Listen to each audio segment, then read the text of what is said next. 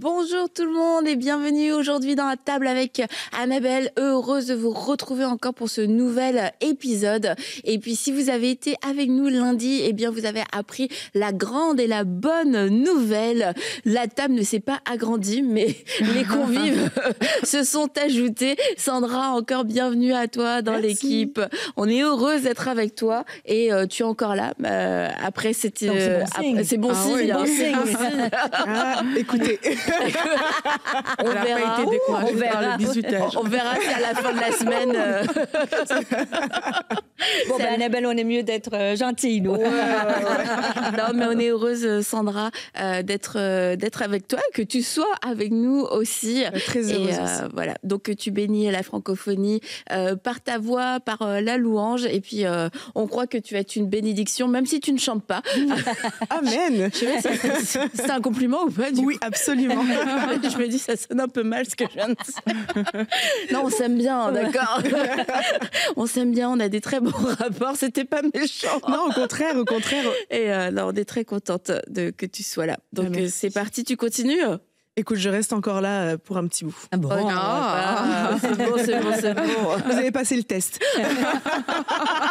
Ah ouais, tu nous l'as fait comme ça. Donc aujourd'hui, les filles, on va parler de disciples. Es-tu vraiment un disciple?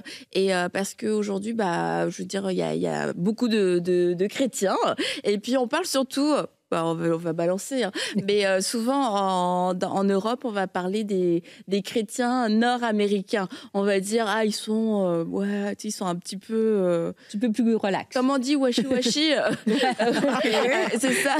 Et du coup, c'est quand même, moi ça me bénit. C'est un message qui revient beaucoup, je trouve, de plus en plus sur le fait d'être un disciple et que Jésus soit non seulement ton sauveur, mais aussi ton Seigneur. Et je trouve que c'est un message qui revient quand même et qu'on entend de plus en plus et qui nous met face à nos responsabilités en tant que chrétienne, en tant que femme chrétienne. Alors aujourd'hui, c'est de ça dont on va parler. Après avoir parlé des grands rêves et des nouveaux projets, eh bien c'est aussi important de se dire dans ces grands rêves, ces nouveaux projets, est-ce que je vais marcher dedans comme une vraie disciple de Jésus-Christ? Et nous avons une invitée c'est la première fois qu'on la reçoit dans la table avec Annabelle et on a l'honneur et le plaisir d'accueillir Sarah Marvan. Bonjour et bienvenue à toi à distance aujourd'hui, mais on est très heureuse de t'accueillir. Donc on a deux lyonnaises. Je pense que tu n'es pas lyonnaise de naissance, toi Sarah, mais Non, je suis alsacienne de naissance. Ouh là là, mon père me taperait sur les doigts, mais de cœur, je suis lyonnaise maintenant. Mais c'est sûr que de naissance. Oui. C'est bon, tu l'as adopté? Oui, parce que vu que je vis plus à Lyon, j'ai plus rien à dire. Alors. D'accord. Donc Sarah, heureuse de t'accueillir. Tu es avec ton mari, vous êtes pasteur donc à Lyon d'une église SOS Lyon, c'est ça? Et c'est ça, je l'ai bien dit. Hein.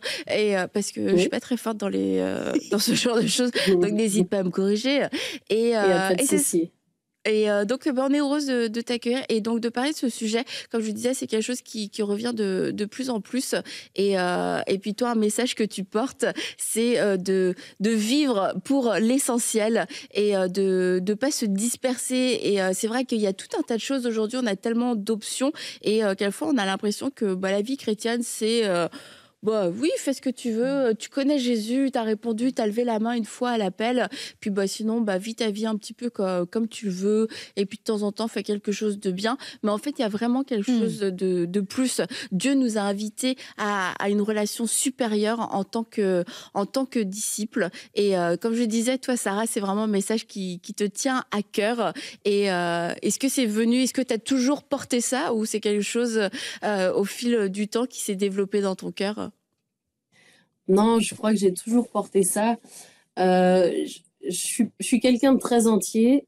Pour ceux qui ne me connaissent pas, je suis, comme on dit, une tout ou rien, noir ou blanc. Le gris n'est pas une couleur dans ma vie. Voilà. Donc, je pense avoir toujours été entière dans ma relation avec Dieu. Bien sûr, elle a évolué. Hein. On est tous, les saisons de nos vies nous permettent d'évoluer.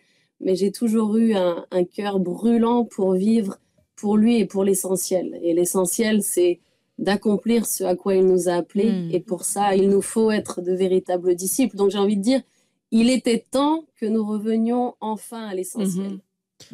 Et toi, tu dirais, c'est quoi aujourd'hui être un disciple, tu vois parce que quelquefois, on va lire la Bible, on dit, ouais, ok, bon, eux, c'était des disciples, mais de nos jours, ça ressemble à quoi dans notre quotidien? Aujourd'hui, c'est quoi être un disciple de façon peut-être plus concrète?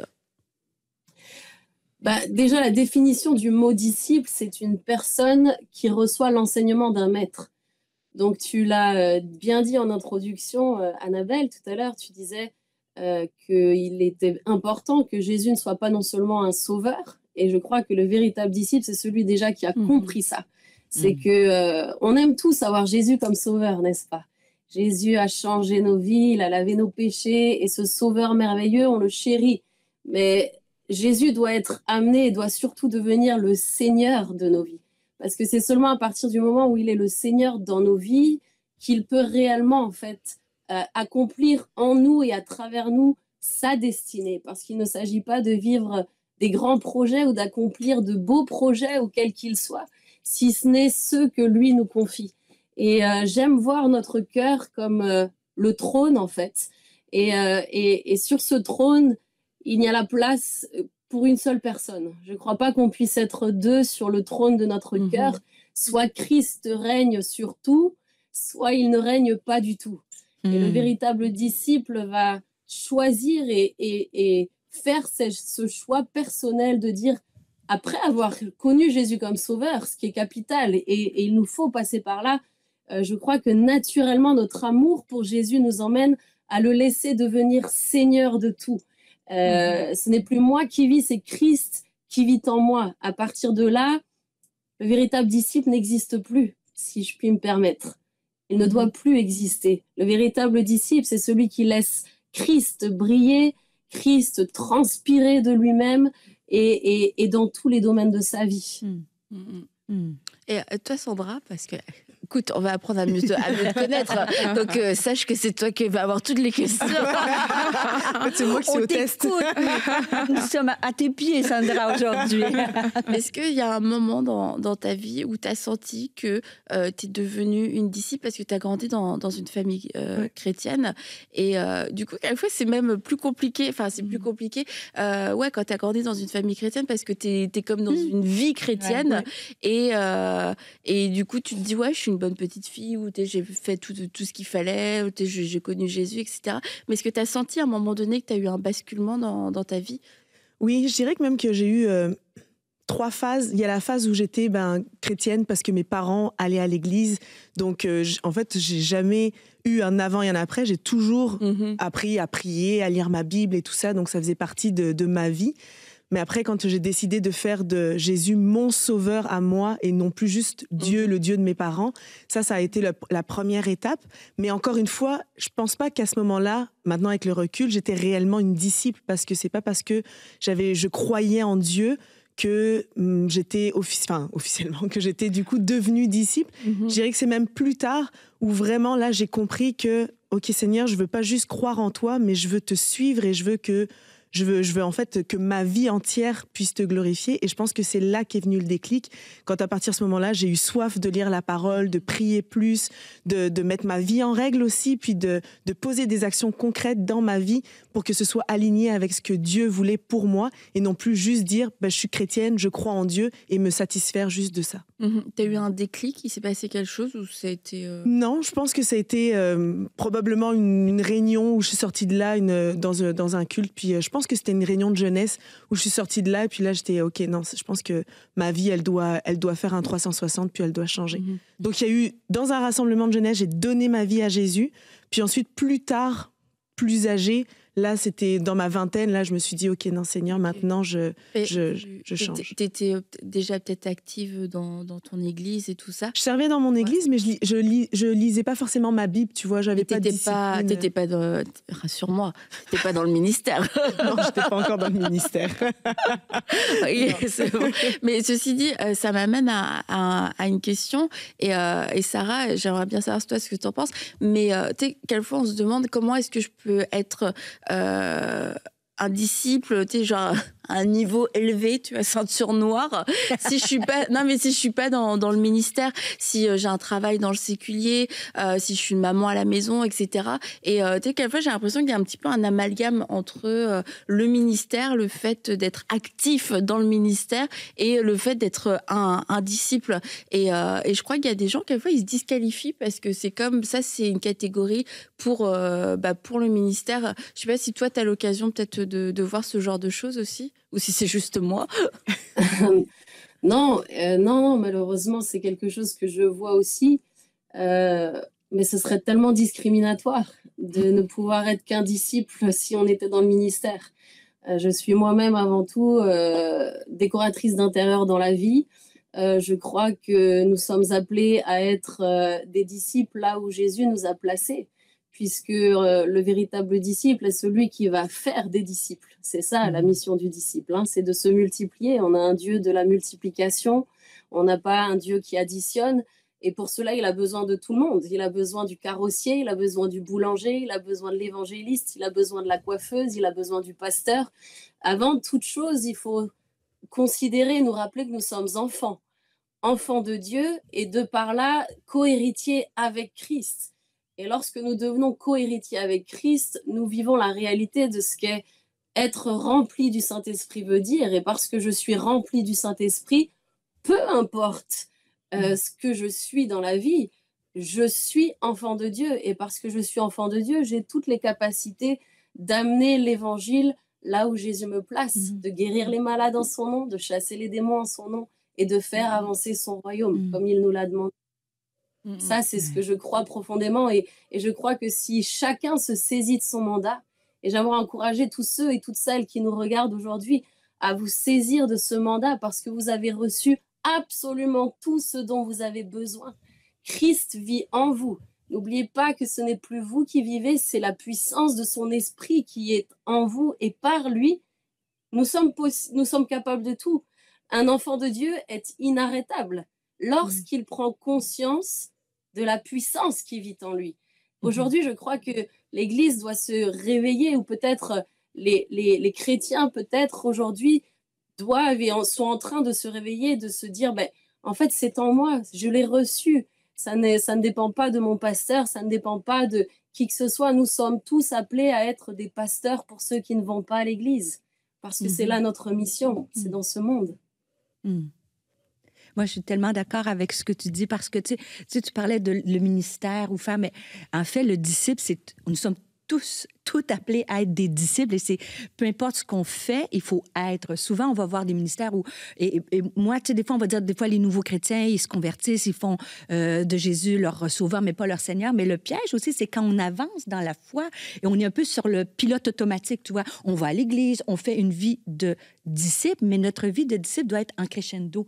Je trouve que je devrais être un meilleur disciple. Plus j'avance dans la vie, je devrais être une meilleure disciple. Et qu'est-ce que c'est un disciple? Pour moi, c'est être comme Christ, comme Jésus.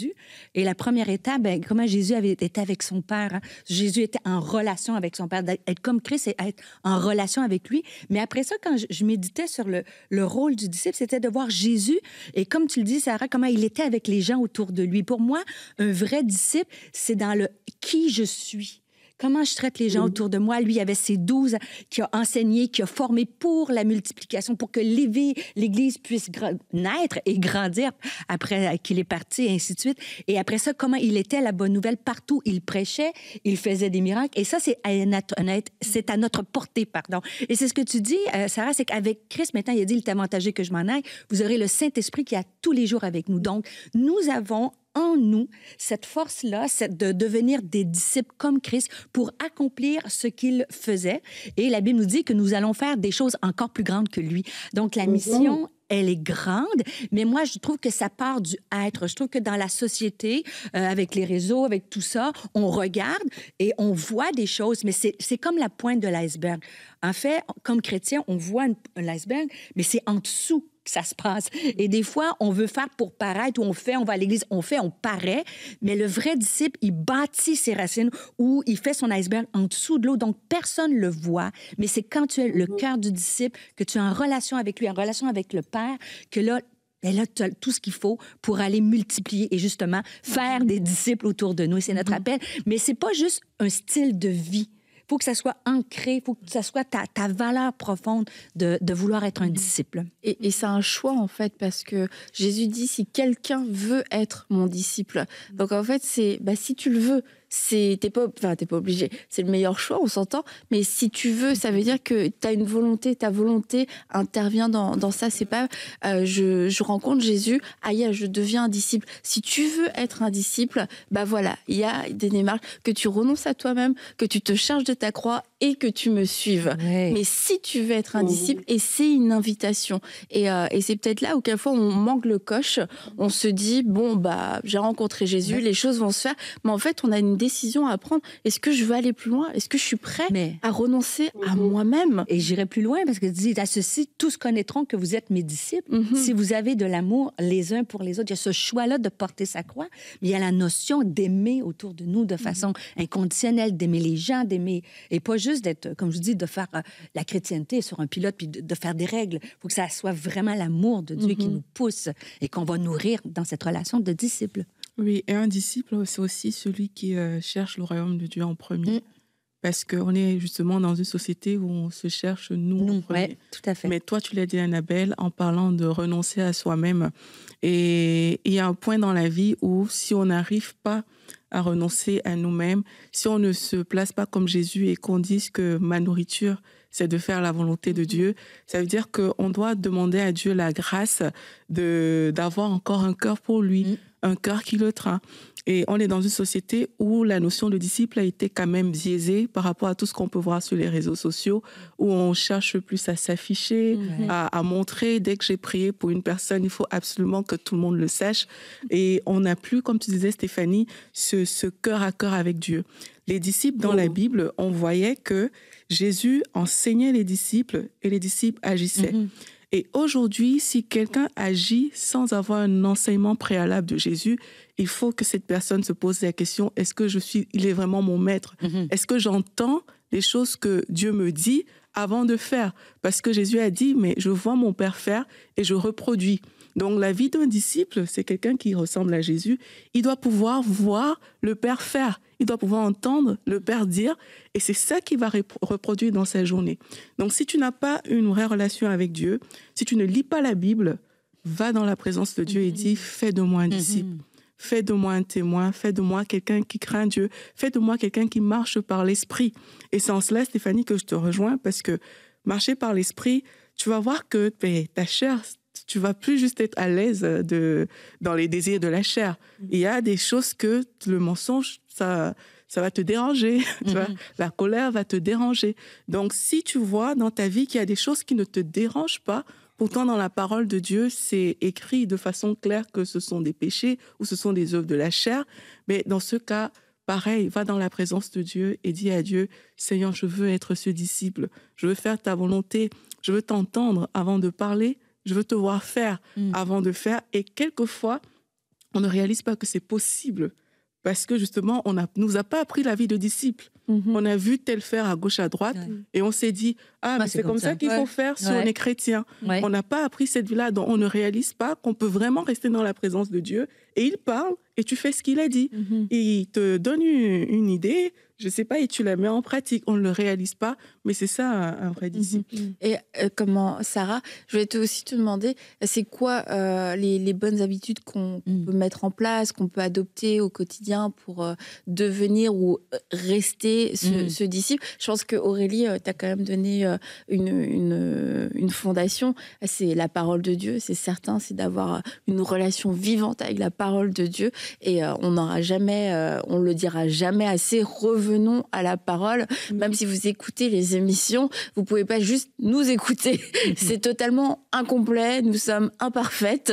Donc revenez à la parole de Dieu, s'il vous plaît, nous vous en conjurons, nous vous en supplions. Mais Sarah, quelles sont les habitudes qu'on peut développer ou mettre en place? Moi, je crois que le véritable disciple doit entrer pleinement dans la mission que Christ nous a confiée.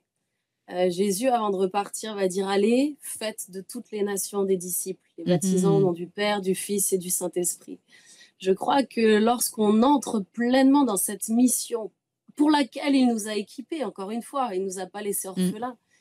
Et ça doit enlever aussi tellement de pression, et j'aimerais encourager tous ceux qui peut-être se disent mais c'est pas possible, mais si c'est possible, parce que ça ne dépend pas de toi, mon ami, ça ne dépend pas de toi, ce n'est pas ce que tu peux faire pour lui, c'est ce que lui peut faire à travers toi, et ça change tout.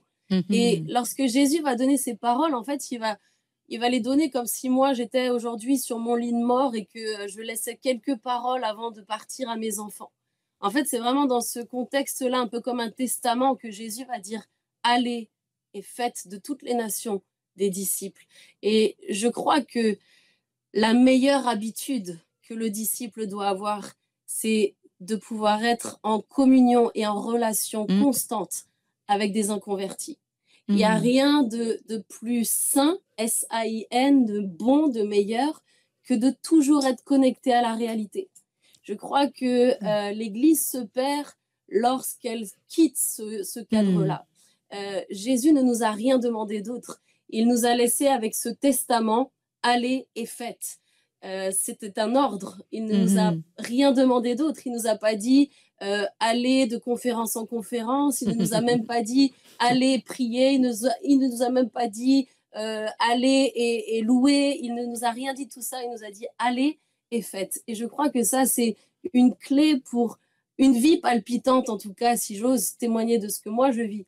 C'est de toujours être en pleine conscience de ce que mon voisin vit, de ce que ma voisine vit, de ce que celui que je croise dans la rue tous les jours vit, traverse. Parce qu'en fait, c'est en nous intéressant au monde que nous allons ressentir le cœur du Père.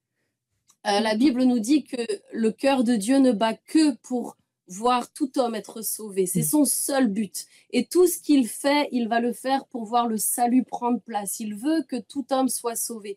Et quand un disciple travaille pleinement à ça, alors je crois qu'il est en pleine santé. Et j'ai un exemple que j'aime donner, si vous me permettez, si vous avez quelques minutes pour ça. On a quelques minutes, vas-y. Vous avez quelques minutes pour ça.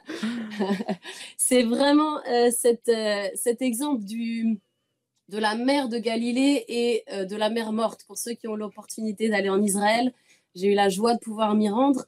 Je ne sais pas si vous êtes au courant, mais ces deux mers ont la même source. Pourtant, dans une, il y a la vie, il y a du poisson, il y a des gens qui pêchent, on se baigne. J'ai même fait de la bouée tractée sur la mer de Galilée. Et dans l'autre, il n'y a rien. Il n'y a que du sel et il n'y a qu'un endroit où l'on flotte. C'est-à-dire que c'est agréable 3 minutes et après, il faut vite sortir. Et en fait, si je peux me permettre, la comparaison, c'est exactement la même avec un chrétien qui peut-être ne vit pas en tant que disciple.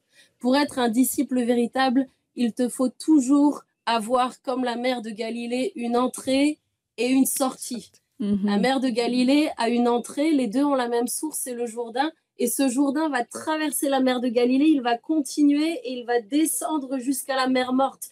Mais dans la mer morte, il n'y a pas de sortie. Et je crois que c'est l'image même des enfants de Dieu lorsqu'ils restent entre eux. La mer morte, pour moi, c'est l'image des chrétiens qui restent entre eux. Ils finissent finalement par accumuler tout le sel qu'ils sont, puisque nous sommes le sel de la terre, n'est-ce pas? Et finalement, ce sel, tous ensemble, mis ensemble et restant ensemble, devient imbuvable. On ne peut pas ni mettre les yeux sous l'eau, ni faire quoi que ce soit dans la mer morte, puisque trop de sel brûle la langue et trop de lumière brûle les yeux. Nous ne sommes pas appelés pour rester entre nous.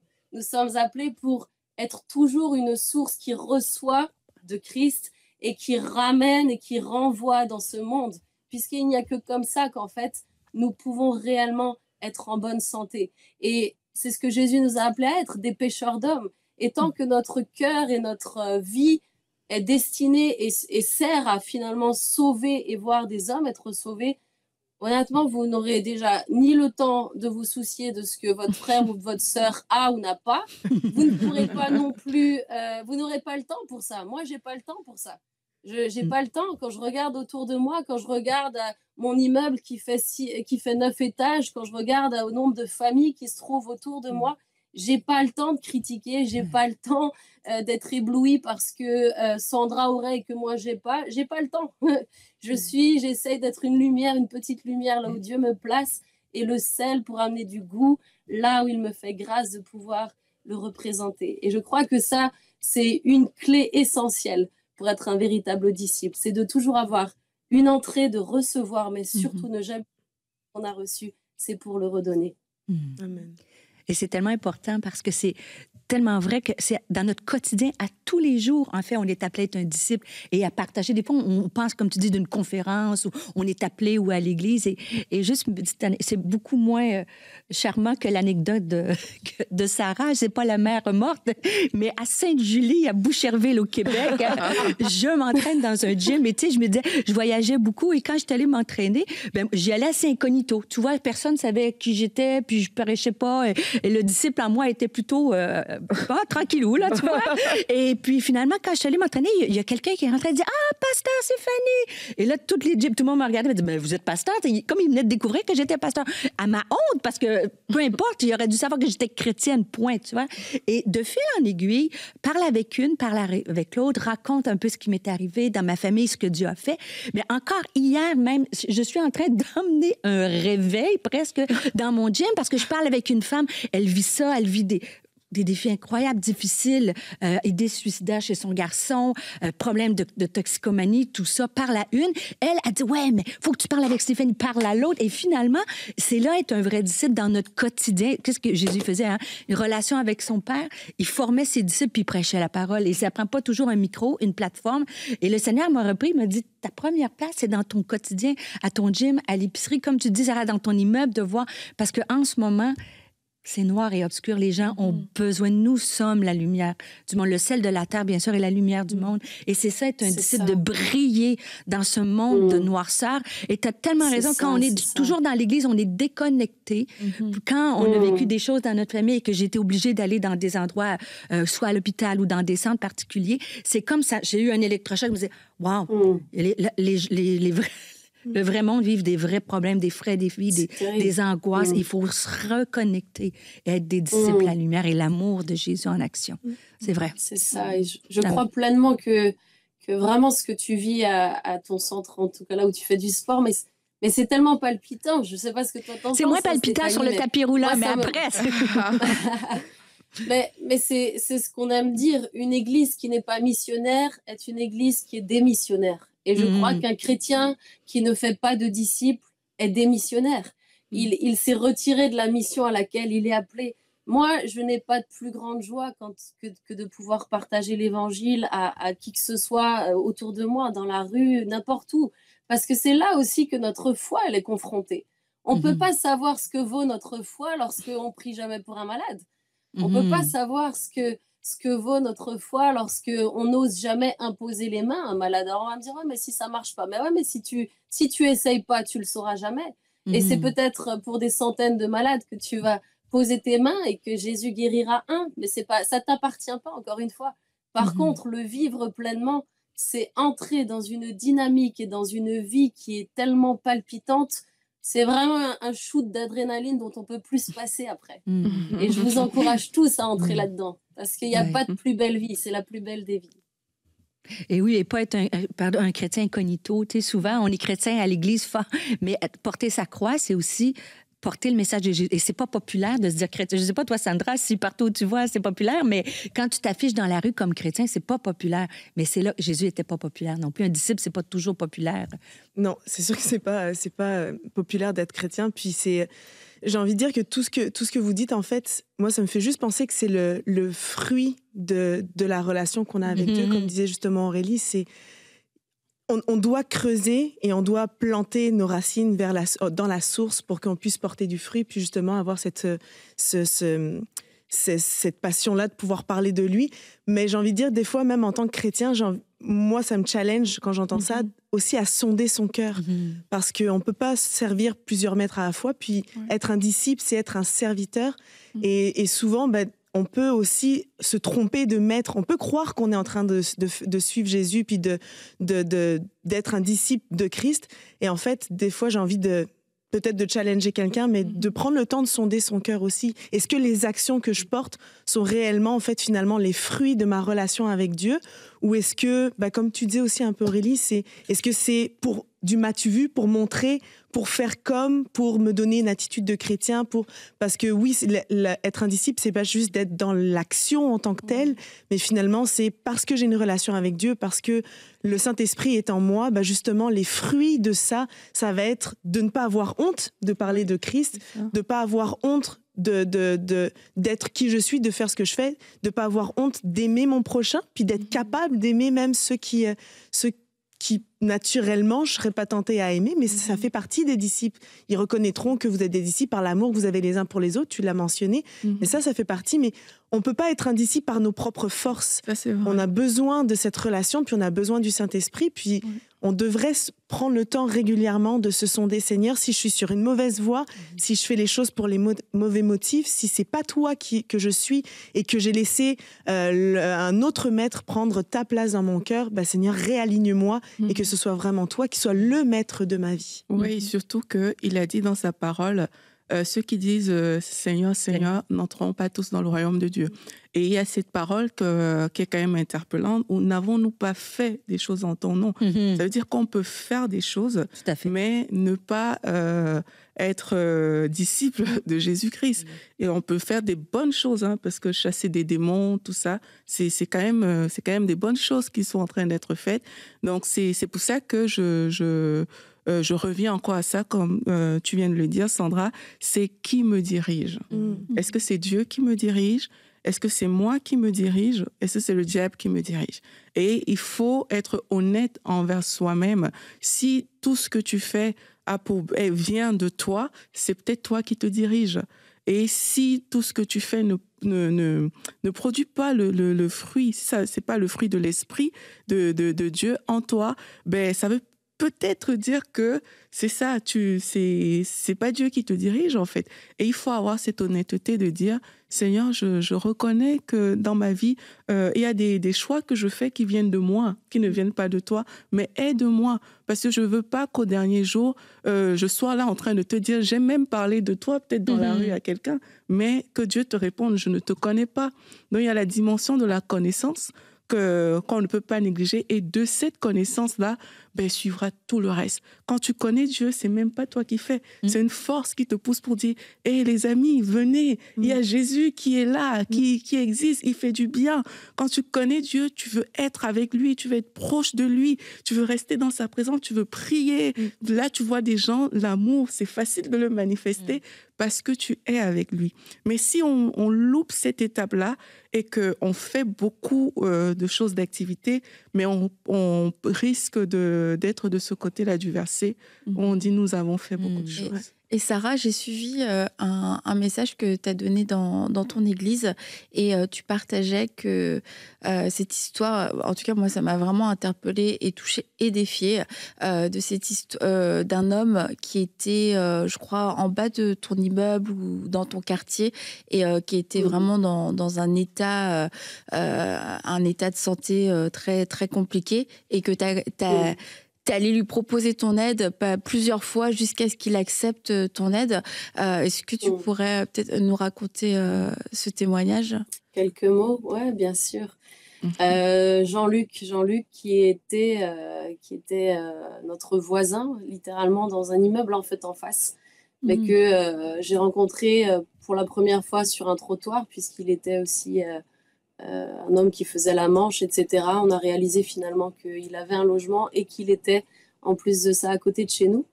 Et on l'a aimé, en tout cas, dès le début. Enfin, moi, je suis passionnée pour tous, et en particulier les gens comme Jean-Luc. Et au début, il venait de temps en temps boire le thé à la maison. Et voilà, très rapidement, les choses ont un peu évolué, en tout cas pour lui, dans le mauvais sens. Et c'est vrai que quand je l'ai vu un jour sur le trottoir, et il avait quelque chose qui me semblait très étrange au niveau de son visage, mais je suis passée rapidement et j'étais en voiture.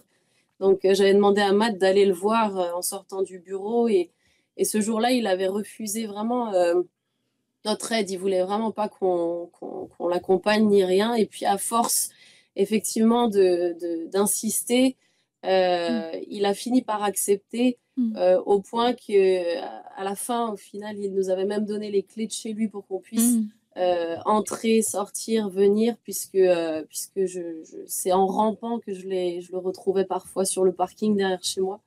Et pour finir, voilà, c'est pour dire qu'il n'y a pas de cas qui soit trop désespéré, parce que jusqu'au bout, j'ai cru et j'ai dit à Matt, il faut qu'on baptise Jean-Luc. Et Jean-Luc a fait ce choix et il a demandé à ce qu'on puisse le baptiser. Si vous l'aviez vu, vous n'y auriez sûrement pas cru, puisque c'était plus que, je pense, une 40aine de kilos qu'il avait. Il faisait plus d'1,87 m, il avait la taille de Matt. Et il a été baptisé, on a pu le baptiser dans sa baignoire. Il est parti sauvé, digne, puisque c'était aussi important, en tout cas pour moi, que cet homme puisse retrouver une forme de dignité. Je crois que l'amour de Christ en nous pousse à ça. Il vivait littéralement dans un taudis. Donc on a fait intervenir vraiment une société de ménage. On lui a acheté un lit, on lui a acheté un nouveau matelas, on lui a remis une housse de couette, de la soupline. Je voulais que tout sente bon. Je lui ai demandé quelle était sa couleur préférée. Je savais qu'il ne vivrait plus très longtemps. Mais c'était important pour moi qu'il dorme et qu'il ferme ses yeux dans un... Et tous les jours, plusieurs fois par jour, je suis allée près de lui. Je lui ai lu des psaumes, j'ai chanté. Matt lui a écrit une chanson que j'ai pu lui faire écouter jusqu'au bout. Il a entendu, il a suivi, il n'a jamais compris pourquoi on l'aimait comme ça. Il nous a toujours dit, mais pourquoi est-ce que vous m'aimez comme ça? Pourquoi est-ce que vous vous intéressez? Et jusqu'au bout, Dieu nous aura fait grâce de pouvoir vraiment être cette lumière, je le crois, auprès de sa famille ensuite, lors de ses obsèques. Et je me réjouis déjà de le retrouver, je sais, parce que je lui ai demandé, je lui ai dit... Le deal, Jean-Luc, c'est que ce soit toi qui m'accueille aux portes avec Jésus. Et je sais qu'il y sera. Et je continuerai à vivre pour tous les Jean-Luc qui sont autour de moi. Bravo. C'est mon plus grand privilège, c'est mon plus grand bonheur. Et je crois que, vous savez, à l'époque, les disciples, en fait, avant d'être appelés chrétiens, je ne sais pas si vous le saviez, mais avant d'être des chrétiens, en fait, c'est les suiveurs de Jésus. Ceux qui suivaient Jésus vont être appelés chrétiens par les païens. Ce sont les païens qui ont nommé les gens qui suivaient Jésus des chrétiens, ce qui veut littéralement dire des petits Christ. Et j'ai envie de nous dire à tous, en fait, c'est en étant des petits Christ que le monde voit. C'est pas en étant autre chose. Et je crois que si nous ne sommes pas dignes de représenter ce que véritablement veut dire être un chrétien, pas faire le chrétien, pas jouer le chrétien, pas raconter sur Instagram que tu es chrétien, pas être un influenceur avec plein de followers, mais que tu n'es pas capable d'aller dans une église et de faire des disciples à ton tour, alors je crois que le monde verra et que le monde sera bouleversé. Et il ne faudra pas longtemps, je le crois profondément, si chaque homme et chaque femme se saisit pleinement de ce que veut dire être un petit Christ, on est capable d'accélérer le retour de Jésus. Je ne sais pas si on s'en rend compte. Dieu nous fait assez confiance pour accélérer la venue de son Fils, parce que à partir du moment où tout homme et toute femme aura entendu parler de la bonne nouvelle, il va revenir. Et il nous a choisis pour ça. Il nous a destinés pour ça. Et j'aimerais tellement que chacun qui nous regarde puisse se saisir de cette vie-là. C'est tellement simple. Par contre, ça demande de s'arrêter, de fixer le regard, comme Pierre et Jean vont fixer leur regard sur le boiteux qui était assis aux portes, à la belle porte du temple. Vous savez, cet homme, il était là depuis 40 ans. 40 ans, et tous les bons croyants, tous les bons religieux rentraient dans le temple plusieurs fois par jour et leur mettaient une pièce. Mais ça, moi, j'appelle ça l'aumône low cost du chrétien. Eux sont venus avec quelque chose d'autre. Il lui a dit, je n'ai ni argent ni or, mais ce que j'ai, je te le donne. Au nom de Jésus-Christ de Nazareth, lève-toi et marche. Ils se sont arrêtés, ils ont fixé leur regard, comme toi, tu peux fixer ton regard, au nom de Jésus. Et bien sûr, accompagné d'un geste, en prenant la main, comme Christ un jour nous a tendu la main. Et le miracle prend place. Cet homme va passer de la belle porte où il n'avait pas accès parce qu'il était considéré comme impur ce jour-là, il va pouvoir franchir le seuil du temple et il va voir sa vie être transformée. C'est ce que Jésus veut faire avec chacune de vos vies. Il veut pouvoir saisir votre vie pour que vous puissiez faire entrer des hommes et des femmes impurs à cause du péché dans sa présence glorieuse, parce que vous avez tout reçu en lui. Merci beaucoup, Oui. Sarah. Et je pense que ça nous met toutes au défi de ne pas être cette mère morte. Et je crois que y a une porte de sortie, une porte de compassion, une porte d'amour qui s'ouvre aussi dans nos cœurs pour pouvoir porter ce fruit, pour pouvoir amener l'amour de Jésus. Et merci d'avoir encore partagé ce témoignage avec Jean-Luc. Tu sais, la première fois que je l'ai entendu, ça m'avait déjà touché, mais de l'entendre encore là, je trouve que c'est tellement l'évangile, en fait. C'est l'évangile, s'arrêter pour celui pour qui on n'a pas forcément le temps, on n'a pas forcément envie, visuellement ça donne pas envie non plus, mais pourtant c'est une âme qui a été sauvée par Jésus-Christ, mais à travers un disciple, une disciple qui aime Jésus et qui aime les gens. Et je crois, avec honnêteté, on a tous et toutes des Jean-Luc qui sont là autour de nous, et alors que on a un cœur déjà pour eux, mais que notre cœur de disciple puisse être assez interpellé pour qu'on puisse prendre le temps de s'arrêter, de prier, de s'occuper et d'aimer de façon aussi concrète et tangible. Donc merci beaucoup, Sarah. Merci d'avoir été avec nous aujourd'hui. Et puis écoute, au plaisir de se rencontrer en vrai pour Aurélie et moi, parce que les deux autres c'est déjà fait. Au plaisir en vrai, bientôt. Merci, Sarah. Avec grand plaisir. Merci. Et si je peux faire une dernière parenthèse, vous savez, vous occuper de nombreux Jean-Luc, ça vous permet aussi de vivre véritablement la famille de Dieu. Parce que du coup, c'était tellement colossal. J'ai pu vraiment, avec Matt, on a eu la joie de pouvoir mettre en place et permettre à d'autres de participer à ce miracle. Et ça aussi, c'était ma plus grande joie. Faire venir un infirmier, faire venir quelqu'un. C'est ensemble, c'est vraiment ensemble. Moi, je peux rien faire par moi-même, je suis personne. Mais ensemble, on peut tout faire par la puissance de Jésus. C'était une joie d'être avec vous. Merci de tout cœur pour votre confiance. Merci et vivez pour l'essentiel. Amen.